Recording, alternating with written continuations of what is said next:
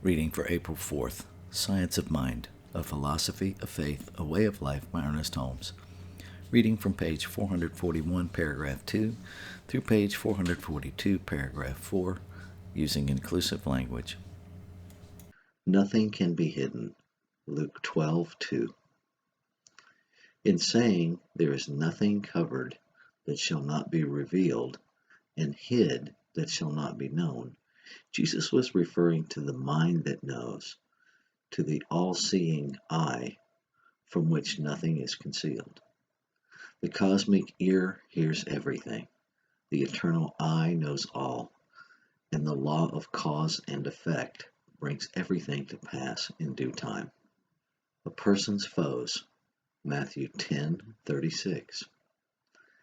And our foes shall be they of our own household.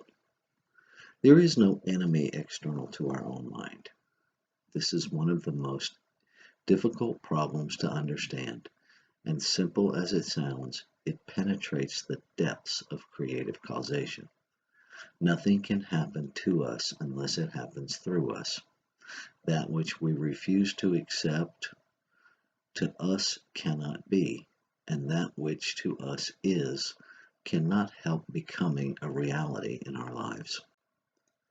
But someone will say, I did not conceive of this evil which came upon me. It was not in my mind.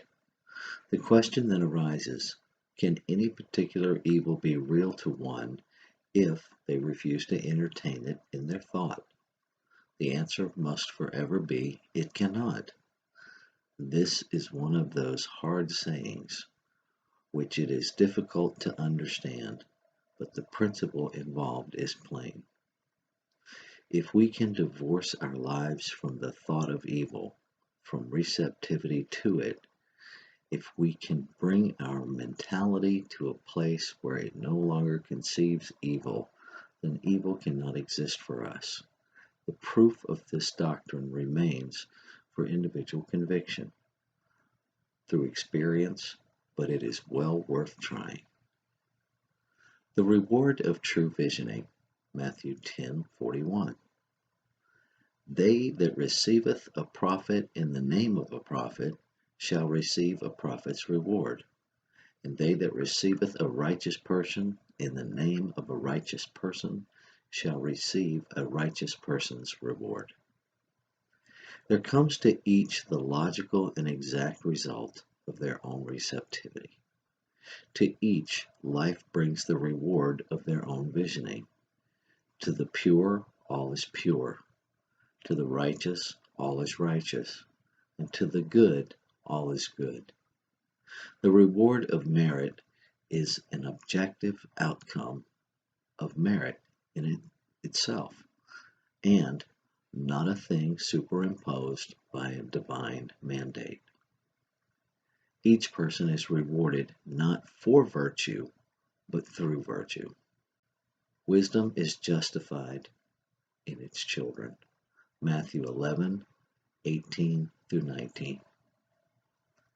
Wisdom is justified of its children. Jesus had been questioning his hearers about John the Baptist. For John came neither eating nor drinking, and they say, he hath a devil.